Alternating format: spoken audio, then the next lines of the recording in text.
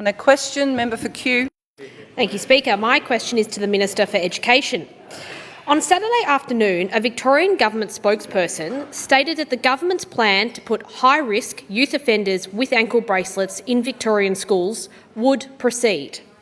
Given the minister said yesterday that it was wrong on so many different levels, was the minister consulted on that statement?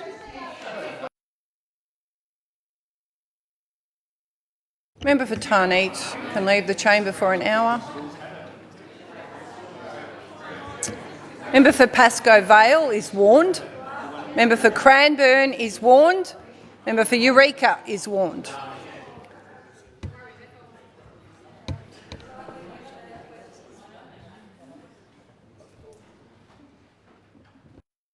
Minister for Education. Thank you, Speaker. I do love how the Shadow Minister could read my mind what I was doing on a Saturday afternoon.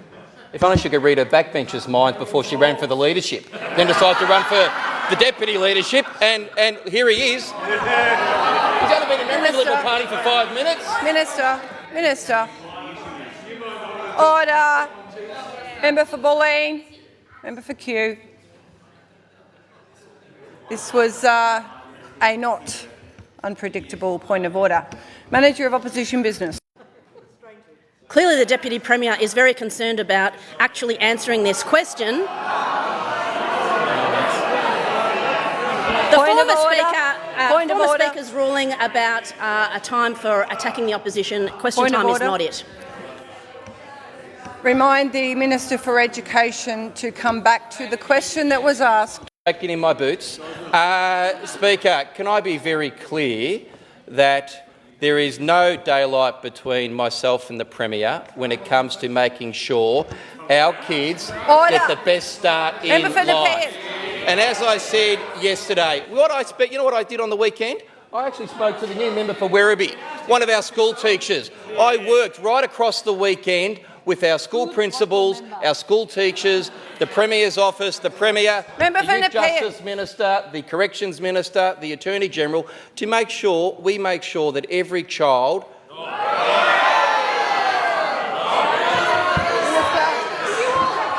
Minister.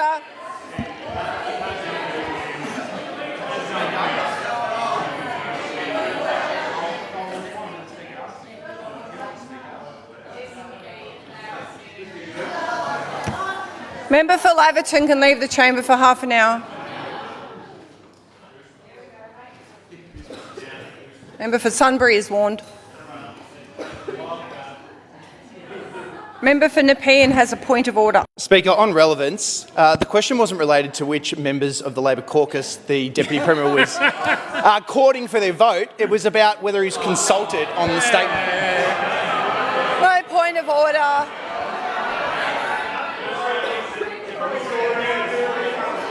Minister for Finance. Premier. There's no point of order. Minister for Education to continue. I think the Manager of Opposition loved that point of order. She just showed how well she's going. Speaker, it is very clear we have about 78 flexible learning options right across our great state of Victoria, invested in by the Allan Labor government, about another 35 in the non-government sector. These are flexible learning options with a wide curriculum, set hours, wraparound services for these young kids that need a support. Minister will resume his seat.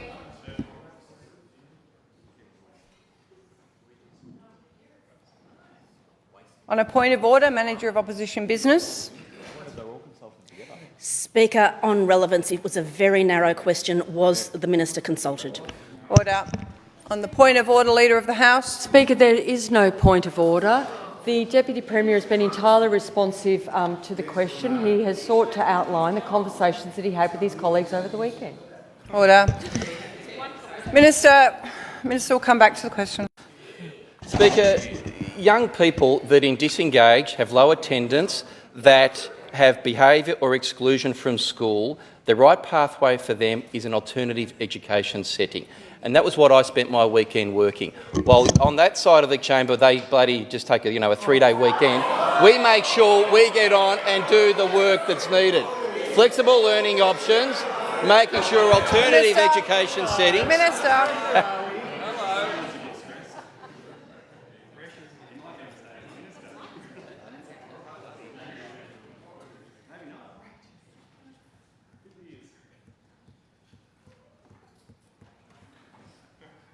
On a point of order, Manager of Opposition Business. Point of order, Speaker. On your excellent rulings from the Chair, Speaker Edwards,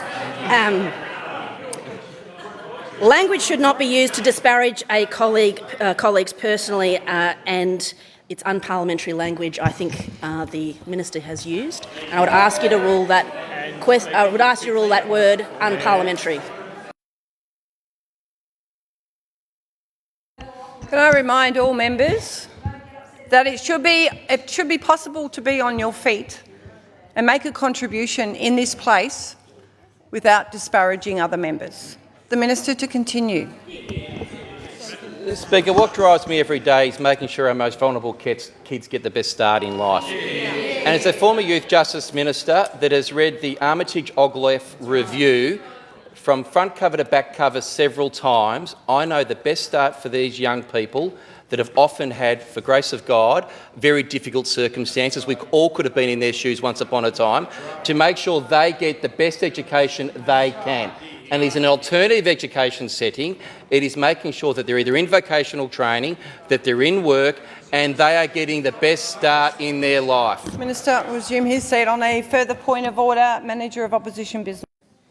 Thank you, Speaker. I was trying to take less points of order, but the Minister is debating the question. Clearly.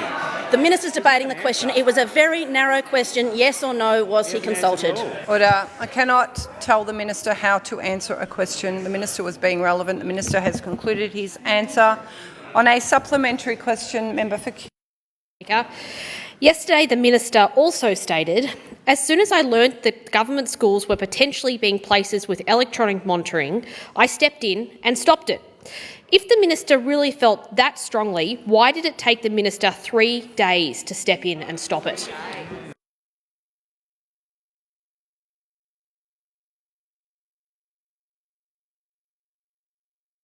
Member for Nepean, this is your last warning. Minister for Education, without assistance from the Premier or the member for Nepean. Speaker, every day some 1 million school students across Victoria put on a school uniform to go and make the best start in life. They're taught by some 60,000 teachers, hard-working every day. Their safety is my priority. So, as I said yesterday, as soon as I learnt about this, I stepped in and I stopped it. Because my priority is the safety of our school students and making sure they get every opportunity to learn and put their best foot forward in the classroom. That's why the School Principals Association have come out and supported us. It's why teachers have come out and supported us. It's why stakeholders have come out and supported us, because we know flexible learning options, alternative educations are the best way forward for these young disengaged youth. On a point of order, Manager of Opposition Business. Speaker, on relevance, why did it take 3 days for him to step in and stop I ask you not to repeat the question in a point of order. Minister has concluded his answer.